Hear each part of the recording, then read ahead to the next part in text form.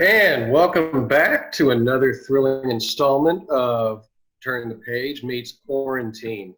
It's not going to stop us from getting some good videos about our opinions on stuff you love to you. So thank you for continuing to tune in. As always, I'm Tony, the Star Power Stevens. Right next to me, you'll be able to see the adorable sidekick, Ronnie Shanks. And of course, how can we go forward without the sex appeal? John McClay. As always, we send out special thanks to our technical department, Dan Stevens, for all the amazing work he does. And a special shout out to Scott Hibbard for constantly allowing us to do these things underneath his loving umbrella of Saturday Night Gaming. And in case you are bored at home during this quarantine time, then go ahead and tune in on iTunes, Google Play, Podbean, several different outlets for our podcasts for Saturday Night Gaming. So, how's everybody doing in this continued pandemic environment? I'm fine. I'm doing. I just beat you Final look Fantasy healthy. VII Remake. A little bit back and forth on whether or not you got to go into work or stay home. Yeah, Maybe a couple of weeks from now. I go back to work tomorrow. Oh, Are they still doing closed door? Oh no, they're like Mississippi is all retail stores can open up to 50% capacity. So no, we're open to the public. To 50? so where are you in Mississippi? You're not in West Memphis, I take it. South Haven? South Haven's in DeSoto County. Oh, West Memphis that's in Arkansas, isn't it? Yeah, West Memphis is in Arkansas. That's our Kansas, not their Kansas. But There you go. Exactly, it's our Kansas. Well, you know what? I was thinking while we're on the subject of quarantine and pandemics, we could talk a little bit about popular pandemics that have occurred in comic books. Because, we talk about comic books. That's what we do. So one of the things that popped off the top of my head right off the bat, they had this really famous comic book going for a while that nobody saw coming called The Walking Dead. And that was pretty popular pandemic right there. How do y'all feel about that? What did y'all ever imagine that you're going to see a zombie horror comic book get as big as that did? Well, zombies became a thing, I believe, or at least in the fashion that we've grown accustomed to, was started by George A. Romero with Night of the Living Dead. Mm-hmm. And I think there was might have been an Italian movie around that time too, but it's really George Romero's version of the zombie that we identify with. But I had no idea that it would be the pop culture phenomenon it would become. As always this kind of a horror niche that would kind of come in and out of popularity, and then one people stayed. The zombies are forever now. Well, yeah, because obviously vampires had their time, and they can honestly be looked at as. What I find funny, and I was thinking about this because I was trying to think about all the pandemics and diseases that they had in comics that became like a staple to a story. And the horror niche really caught my attention because if you think about it, zombies, they bite you, it spreads a disease. Vampires, they bite you, it spreads a disease. And then werewolves, they bite you, it spreads a disease. It seems like all of these popular horror monster type niche horror stories have to do a lot with fear of infection. Yeah, fear of death.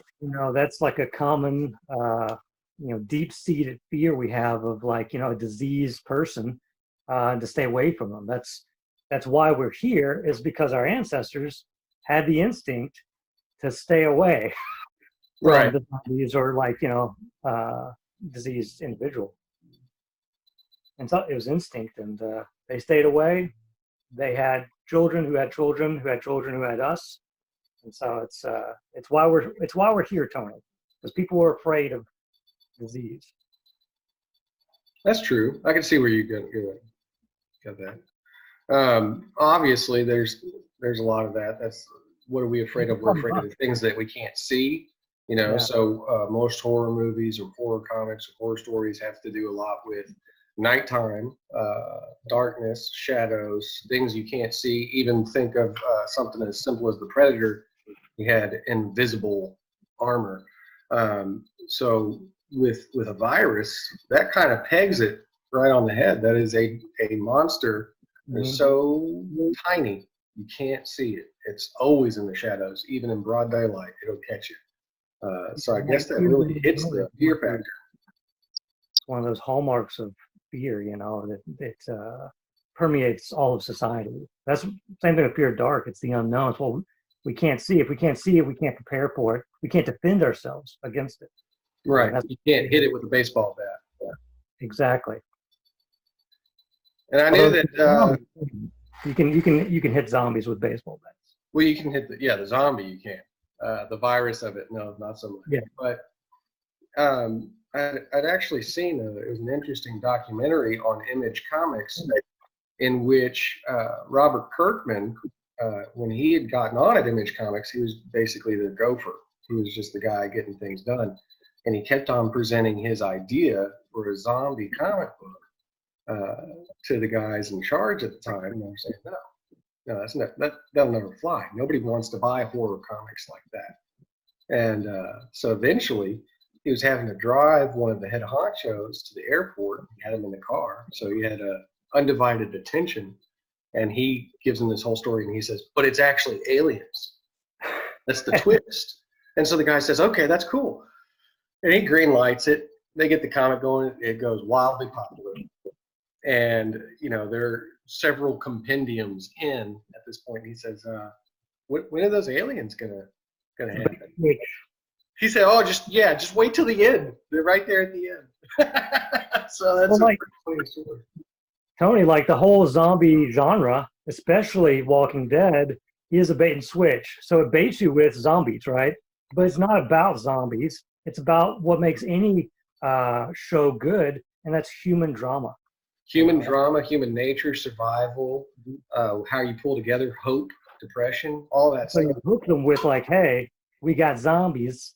Come watch our show. It's going to be awesome. Horror. And then you get a bunch of like soap opera. Yeah. Which is what people actually want, but they just don't know it. They think they want zombies. They don't know they want to watch The Days of Our Lives. Yeah, that's what they really want. That's what get it right, Tony. It's All My Children, not Days of Our Lives. Hey, I'm a General Hospital guy all the way. I'm sorry. Well, like David Lynch, man. His like famous TV series was based on that idea of the soap opera, and so he just made a primetime soap opera and called it Twin Peaks. Yeah, Twin Peaks was a big deal for a long time. I know that. Now, speaking about zombies a little bit too, for a good while there, what was that, back in 2009, 2010, DC ran a story called The Blackest Night, spun out of the Green Lantern comic, done by Jeff Johns at the time. And that was a huge deal, which had to do with these things called Black Lanterns. And they were dead heroes, dead villains, dead people brought back to life by those black rings. So in and of itself, another zombie, another infection story, where they're all pulling together, that whole universe, the DC universe, pulling together to try and fight this infection, so that not even Superman or the Green Lantern or Batman, nobody is safe from this pandemic style fear. Yeah, it was pretty crazy. It's man, do you remember what in the follow-up in Brightest Day, do you remember what Deathstorm did to Jason Roush's partner, his girlfriend? Turned her into a pillar of salt, if I remember correctly. Yeah, he turned her into salt, and my brother actually got to work on that too, so he actually inked all that. That's pretty impressive. It was good stuff. It was really good stuff. I mean, that was gave them enough impetus at the time for them to green light a Green Lantern movie. Of course, which eventually Deadpool came out and we enjoyed that. So that's all I have to say about that. Which, on that note, someone tweeted and tagged Ryan Reynolds the other day, was like, hey, Green Lantern is, waited 8 years or so. I can't remember the exact number. Green Lantern is 99 cents to rent. Should I do it? And then Ryan Reynolds actually replied and said, walk away. Well, the impressive part was I was stationed in San Diego on the Marine Corps Air Station Miramar at the time. And the movie was going to be released to us about 3 days prior to the first viewings for the public. So it was one of our bonuses for being active duty all the time. And Ryan Reynolds himself came out to San Diego for the premiere of the movie on our base. Now, what was funny, because people knew who I was. They knew I had all the comic book stuff all over my desk, even working at a Marine Corps installation. They knew who I was. They knew what I was about. And they knew I had been buying up a lot of Green Lantern material, the figures, the books, the props, because I looked at it as buying and selling stocks. I was like, after this movie comes out, it's going to go through the roof. All this stuff's going to be really good and expensive. I'll be able to sell some of it. Well, so Ryan Reynolds came out to the base to premiere the movie for us. And everybody got to see him. They let me off work for the whole day. We got to meet Ryan Reynolds, get to see him on base and everything. And he was very visible before the movie started. And then he introduced the movie and disappeared. It was, and then we all watched the movie and we were like, oh, smart. I don't want to be around a whole bunch of trained killers as soon as they see this movie. Now, would you like if they're going to make another Green Lantern movie? Would you be like Ryan Reynolds? You got one more chance. Well, obviously, with his ability to repair what was done to Deadpool, I have faith in him. If the studio doesn't take over, when a studio takes over, they start saying what'll save them money. See, studios and studio execs are kind of like their own version of a pandemic. They're the unseen killer of movies. Especially So, Warner Brothers. oh yeah, they know how to take an idea that's as in its simplest format, can be easily sold to the public, easily bought up. We love it. And they know how to take that and say, but what if we did it this way of this great idea I had in my head? Now, I've not seen a whole lot of movies or read a whole lot of comic books. I don't even know if I'm from this planet, but this is what I think would be a great idea. And then all of a sudden, a movie goes south. And it can be something that people want to see, they want to love, and then they hate. And, I think that's one of the things that Marvel Studios did really well with themselves is they put people who love material in charge. Mm-hmm. And they allowed that to be the driving force instead of the almighty dollar. Now, of course, they're inspired by making money, but they've understood that you got to spend the money to make the money. Well, I'm hoping that, going forward, we're going to start seeing that with DC as well, because, the filmmaker that made Wonder Woman is a huge fan of the character, and that was obviously seen in the first movie. Now, granted, I didn't like Ares that much, especially at the end with that stupid mustache. That was just an aesthetic thing. But I'm really excited to see what the next Wonder Woman movie is going to be like, and I'm also excited for the next Aquaman movie too. Yeah, they both did very well with their own renditions. It was actually pretty surprising that Wonder Woman and Aquaman would blow Batman and Superman out of the water. Yeah, right? That should never have happened. But it did. It did. And I'm glad it did. It was because of the rush. They were trying to get stuff done really quickly, and what they really needed was time. They didn't have it. Yeah, absolutely. And they did have the time. It's like they didn't have to play catch up so fast. They're like, we gotta hurry up and do. No, it's like, no. Take your time. We know that you're behind, but take your time and do everything right. And if you play the long game, it could be even better. Well, I think a lot of what they did wrong too, because they're behind. Yes, as far as like a 10-year movie span, they got behind on Marvel as far as the movies are concerned. Yeah. However, they started first. They were ahead. They had the time. They had the opportunity. They made the mistakes. And instead of correcting and learning from those mistakes, they just pushed forward with new ones. But I think particularly what they did wrong, a lot of people at the beginning of the comic book movie era, they were thinking, okay, well, let's get some really swirly, artsy, unique vision and bring it in here like they did with Tim Burton and hope that it just works out well. Let's get Ang Lee to make the Hulk. Why not?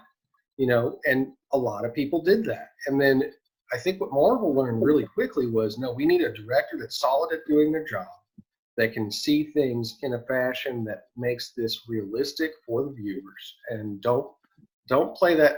I don't care how many movies I've seen it in. I hate it when they take and they try to put comic book panels into the movie as some sort of wave to where it comes from. No, don't remove me from the experience. Even in the comic books, when I'm reading the panels, they're done in such a way to help me live that moment, not be broken away from this story, this experience that I'm having.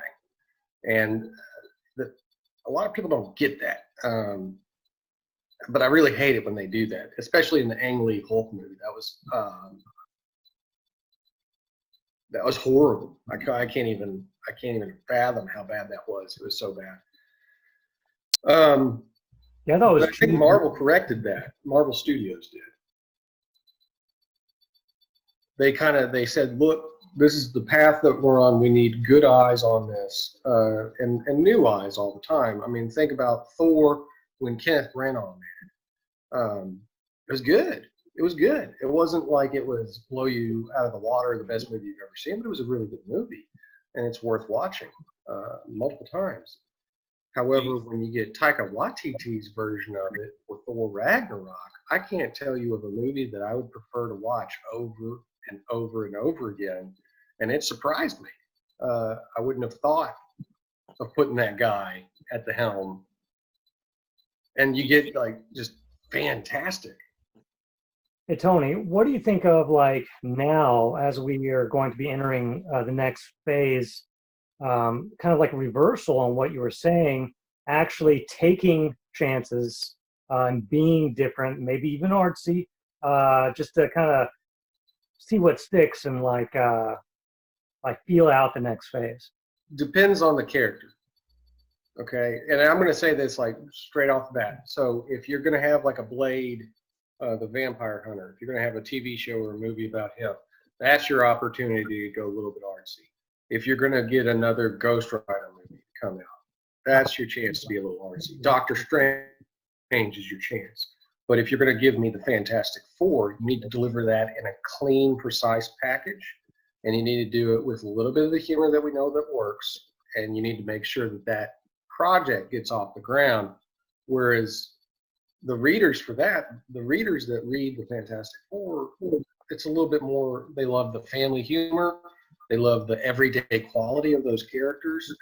Whereas people who are reading Ghost Rider and Blade and stuff, they've got a little bit more of a taste for the weird, you know. So know your audience and back accordingly. Yeah, don't go all weird with something like Ant-Man. You know, make Ant-Man like kind of more like a comedy. But like, you know, for something that's not central to, like, say, the overall universe, you can experiment with. Kind of like, you know, Netflix show or Daredevil. I guess now Disney Plus, and you really do kind of see that now that I think about it, even though we actually have not seen it yet. Is it seems like some of those shows are going to be very kind of experimental in a way. WandaVision, definitely. Yeah. WandaVision, definitely. I'm hoping that the What If series, that maybe, you know, like get back on the topic we were on, that will actually get Marvel Zombies out of that. You could do anything with What If. You know, that's like the perfect kind of experimental, like breeding ground.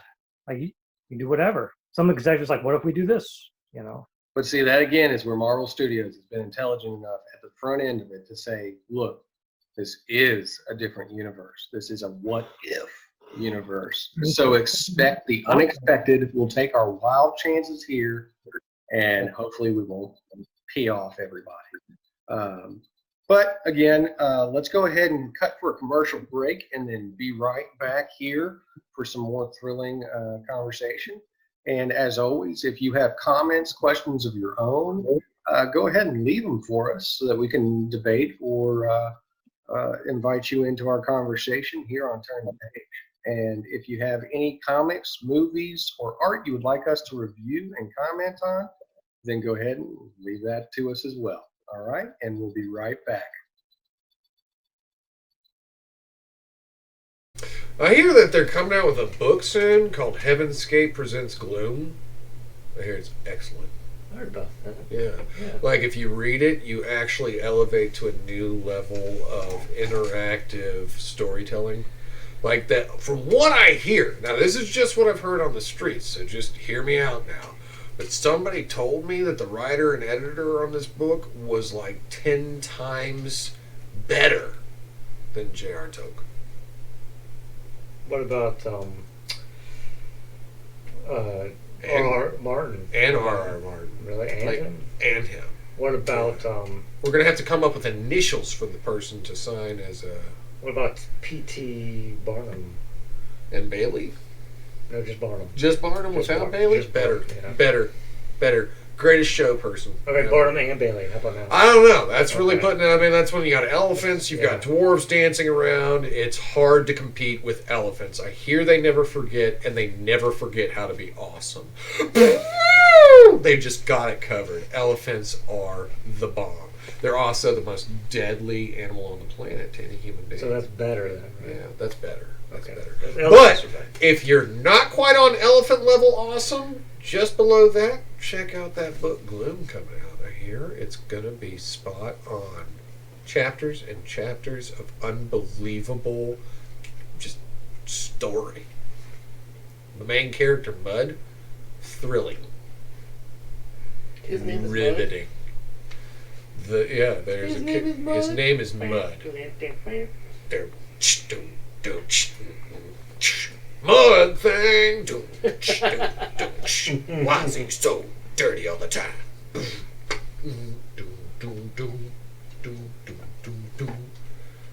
Stop! Collaborate and listen. Mud is back with a brand new invention. He's dirty. Down to get in a scandal. Gonna have a book all about his... Nope, ran out of words. Apparently rapping was not my thing. Born in Memphis, got no soul. This guy.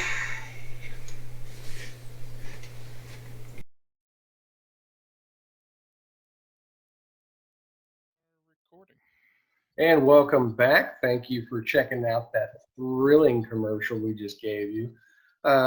We were talking a little bit about pandemics and comics. And one of the ones that I think is really thrilling, one of the ones was my particular favorite. I don't know if you would view it as a virus or a pandemic or a sickness, but I definitely do. The symbiotes of Marvel Universe's characters such as Venom and Carnage. The way that this alien bug basically attaches to a person and takes over their body and makes them addicted to it. That's one of my particular favorites. How do you feel about that, Ronnie? The symbiotes, I mean, yeah, I'm a big fan of them, and I can actually see that as a pandemic and a virus because, I mean, they take over hosts. I mean, they're parasites. And they can multiply and spread. I mean, there's a comic series they had last year called Venomized, where every single superhero out there basically was attached with its own symbiote. You know, even Rocket Raccoon was running around as a symbiote. What Wasn't happened on that from Null or something like that, whatever that god was? No, they're still working on that plot line right now. That was actually during a period where they were trying to fight off villain species of the symbiotes called poisons. So the poisons were eating the symbiotes, like the natural predator for them. And so in order to beat them, they had to get all the best heroes they could find from across the multiverse and give them symbiotes. Huh. Interesting. But they're still working on the Null, the God of the Void storyline right now. That's probably going to be a big crossover event, I would imagine, because it's already got to do with Thor. It's got to do with Venom. So you got the Spider-Man verse. You've got the regular hero verse. Everybody would probably be involved with that, I would imagine. Yeah. There's a rumor actually going on right now that supposedly the title to Let There Be Carnage, there's speculation that maybe Null might be a bad guy in it, or alluded to. I mean, if he's alluded to, I would definitely leave Carnage in his own spotlight. Yes. He is thrilling enough on his own, and they've got Woody Harrelson reprising the role. So I would definitely let him get center stage on that. But if they alluded to more, that would definitely be fascinating, in my opinion. Oh, dude, yeah, absolutely. That's the way that they should definitely go with that, is just allude, not be the main spotlight, or you'll have a Spider-Man 3 problem all over again. Yeah, well, hopefully Sony's learned from that. I think they did from Into the Spider-Verse. Well, another thrilling thing too, I don't know if you remember this, but back when I was a kid, there was a storyline that started, and it had to do with Hal Jordan. Cutting back to the Green Lantern again, I guess he's had a lot of problem with infections, but there was a plot line directly after the death of Superman, where Hal Jordan was infected with parallax. Became like a great big villain. Went from one of the mainstay heroes to one of the predominant supervillains of the comic verse at the time. You remember that one from when you were that young there, John? That was way after my time. I was already a grown man. I was in Nam, remember? Oh, that's right. I forgot your time in Nam. You were probably already at the soup kitchen. Yeah. Helping people, because I know you like to go there to give soup out to people. Yeah. It's the right thing to do. The community. Giving back, That's the way to do it. It's the way to be a regular hero. Of course, everybody should be doing that. If you've got friends and family, if you've got older members of your family, go ahead and try to go shopping for them, get stuff back to them. Don't just necessarily take for granted that they open up stores and sales again. Go ahead and play it safe and help the older members of your family help get through this circumstance that has cut across the entire globe. And just do your part. Be your own little hero for your family members, because remember, we love Grandma, and Grandma loves watching our show. So help her stay safe and healthy so she can continue to watch Turn the Page. Now, what do you think would be a great way to cut into the movie side of things? I'll start off with Ronnie, and then we'll go ahead and cut to John as well. I want your answers on this.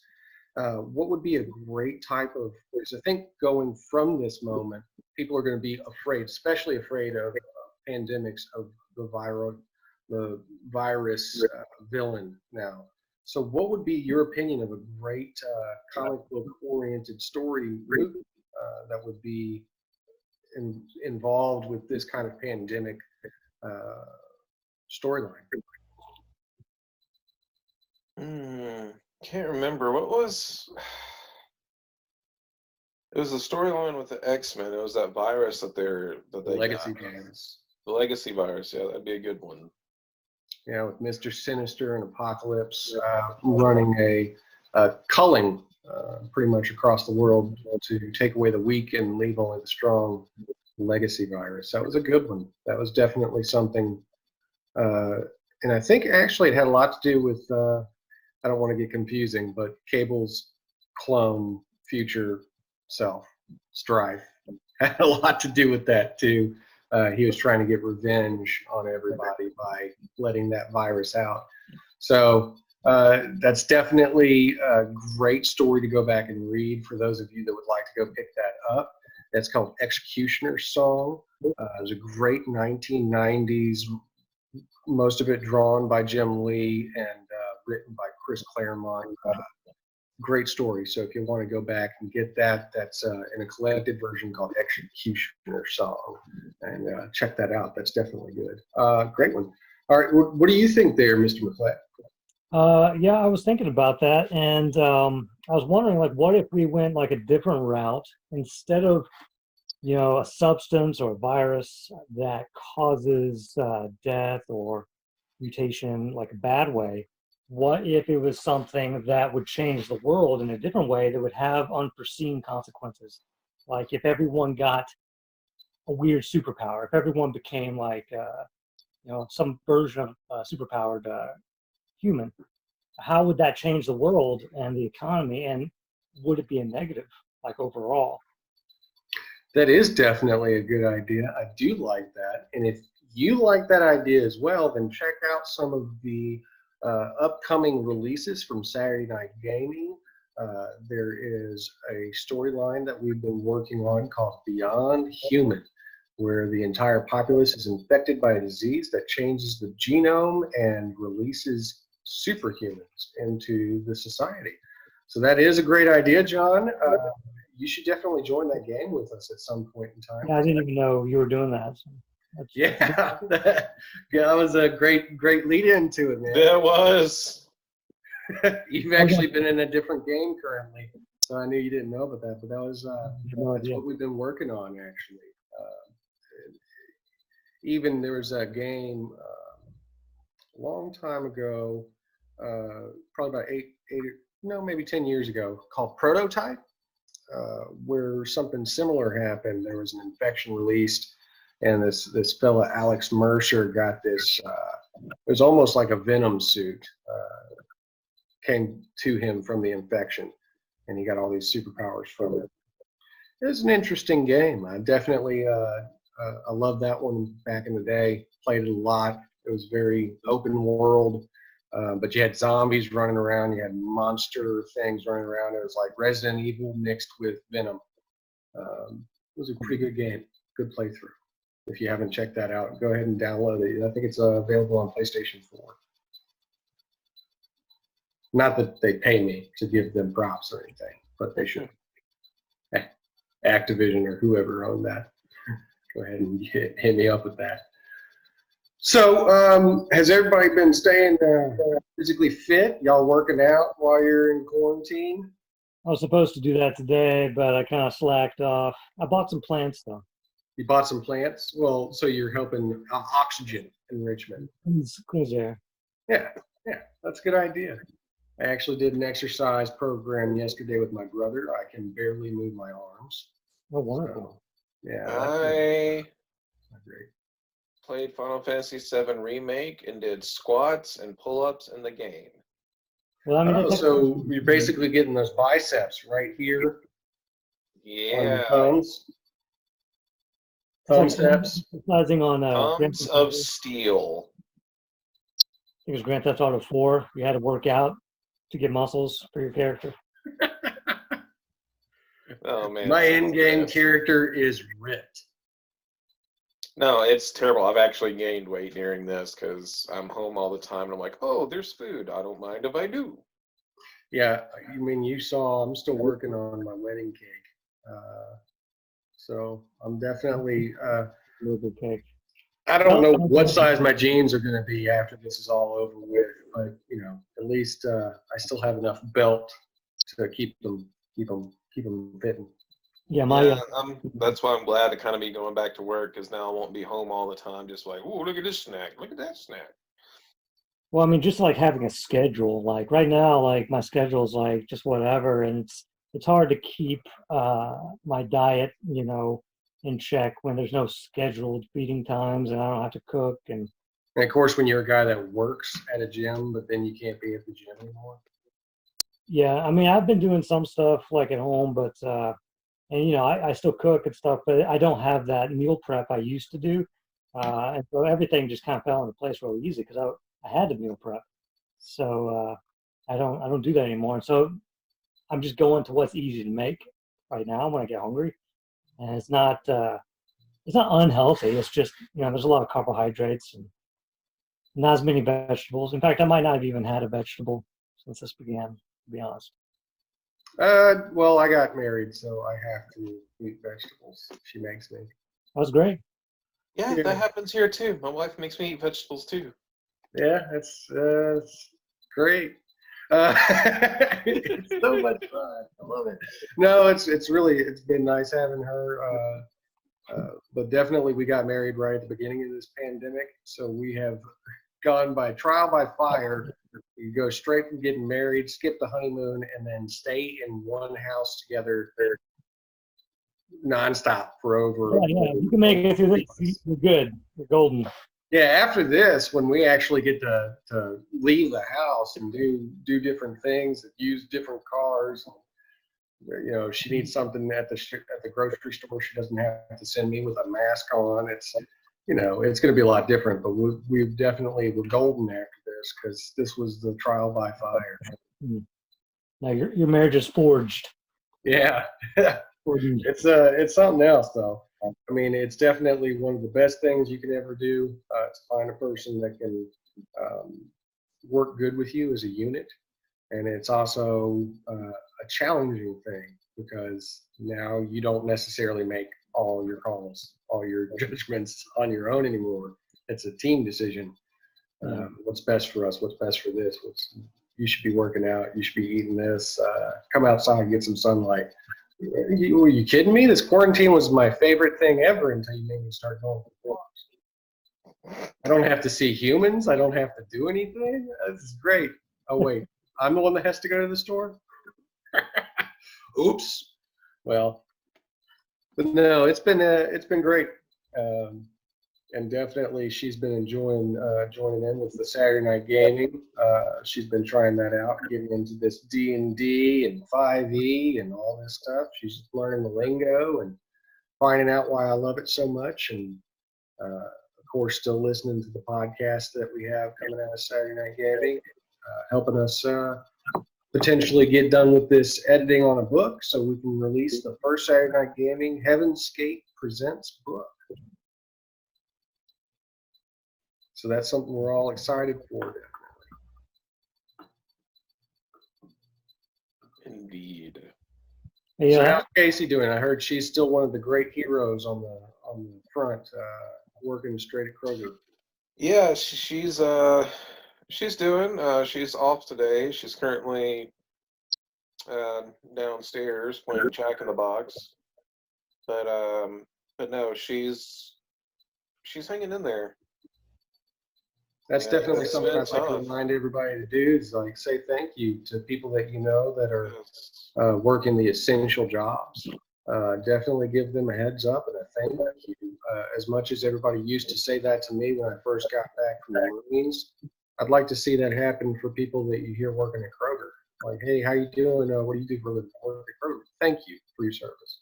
Because it's a thankless job, and they've continued to do it while everybody else got to hide at home. So definitely give the props to your first responders and also to your Kroger workers, your essential workers. Yes. Definitely heroes of our time. Now, I did, speaking of Null, in the symbiote storyline, I went ahead and reviewed another comic series, and that is the Venom series written by Donny Cates. And I've got to tell you, I am absolutely thrilled with Donny Cates' work. I probably couldn't say enough about it because, Venom books, it's a hit or a miss. It's a monster story or it's a story about who can have the scariest face or whatever. This was definitely a book about addiction, grief, and he went deep on a lot of different things. I would definitely recommend this series to anybody that's a comic book reader. Go ahead and pick it up digital or see if you can find yourself a collected copy. But yeah, it's not expensive to buy digital, so just go ahead and try that out if you have a Kindle reader. Excellent stuff. Just Donny Cates' Venom series. He had an entire page dedicated just to a speech on grief and missing a person. And I read that to my wife, and she had recently lost her mother, and she was very moved by it. So I have to say that just for literary fans, you should check it out. It's well written, and if you're a fan of just superhero fun, it's got a lot of that stuff in there, and it's got a lot of compelling events that occur. And I'd like to say that Donny Cates should continue to get work.